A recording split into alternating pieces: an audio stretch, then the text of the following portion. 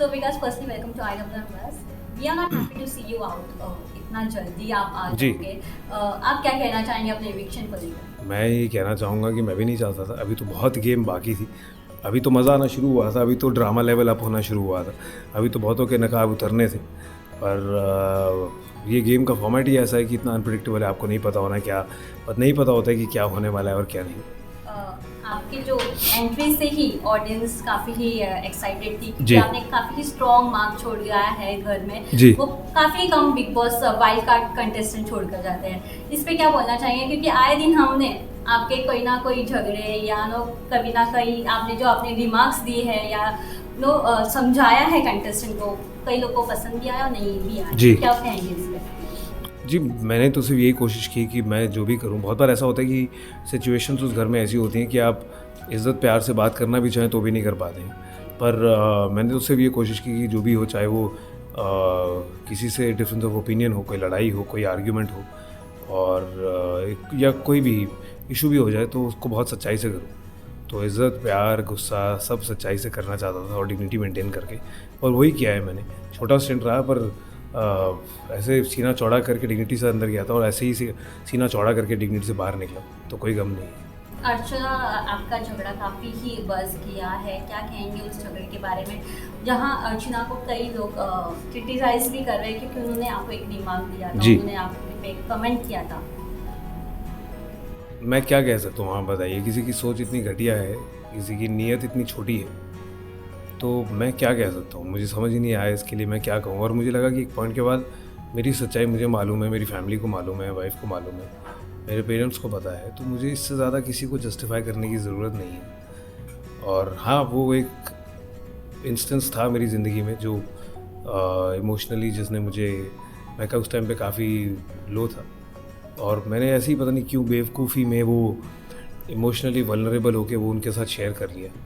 मैंने सोचा नहीं था कि वो उसको ऐसे एक्सप्लॉइट करके उसको इस लेवल तक ले जाएंगे कि कर्ज करेंगी ऐसे चीज़ें और वो करेंगी।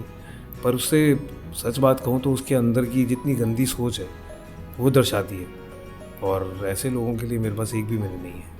आपको बिग बॉस ने सलमान जी ने उनको वीकेंड के बाद में इसी बात को लेकर काफ़ी ही सुनाया था, चिल्लाया भी है, तो इसके बारे में क्या कहेंगे? देखिए, हम सब अंदर थे जब ऐसा किया गया, तो इस बारे में तो अर्चना बाहर थी, तो मुझे वो भी लगा कि यार हमारे सामने होनी चाहिए थी ना बातें, क्योंकि नहीं तो वो बहुत झूठी लड़की है, हर बात पे झूठ करके घुमा देती है। जैसे ही पूरा हफ्ता गंदी हरकतें करेगी, गंदे शब्द का प्रयोग करेगी, किसी भी लेवल तक जाएगी। और जैसे वीकेंड बार का आ रहा होता है तो उससे एक दिन पहले से शुरू हो जाती है माफ़िया मांगना, अपनी भोली शक्ल बना के।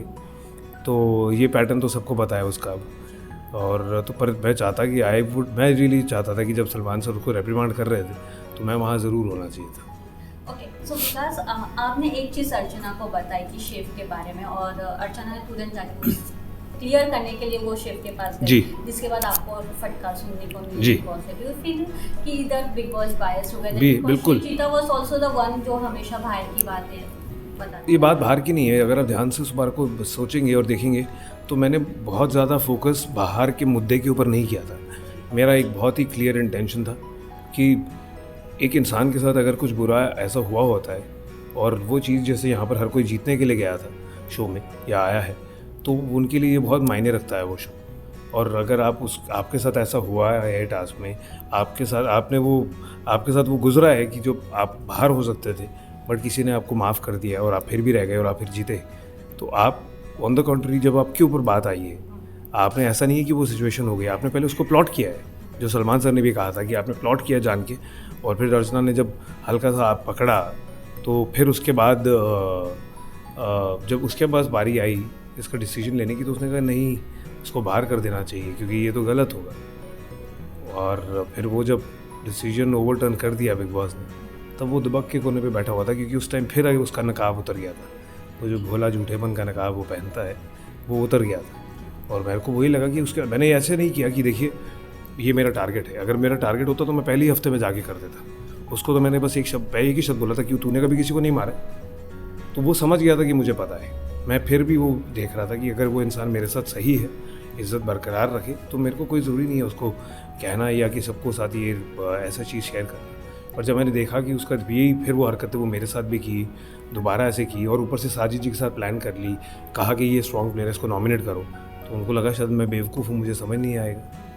जी विकास, आपका और अर्चना का झगड़ा चल रहा था उस समय, आपके एक वर्ड से बाहर कई सारे प्रॉब्लम्स हो गए हैं और थर्ड कास्ट के गवर्नमेंट्स की तरफ से एक लेटर भी आया है, इस पर क्या कहना चाहेंगे? देखिए, मुझे पता लगा है और मैं इसके लिए बहुत क्लैरिटी से ये चीज़ सबके सामने स्टेट करना चाहता हूँ कि एक शब्द जो स्लिप ऑफ टंग था, जिसमें हमने बोला कि नीच जाति, और जैसी वो बात हुई जाति, तो मैंने कहा अरे नहीं जाति नहीं है भाई, बहुत क्लियरली नीच सोच के ऊपर है प्लीज़।